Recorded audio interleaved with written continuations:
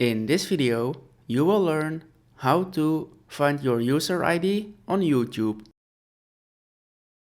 Open a web browser like Google Chrome or Internet Explorer. Go to www.youtube.com and make sure that you are logged in with your YouTube account. Click on your profile icon in the top right corner of your screen.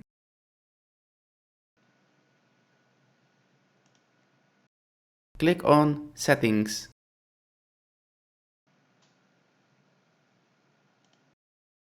You are now at the YouTube account settings page.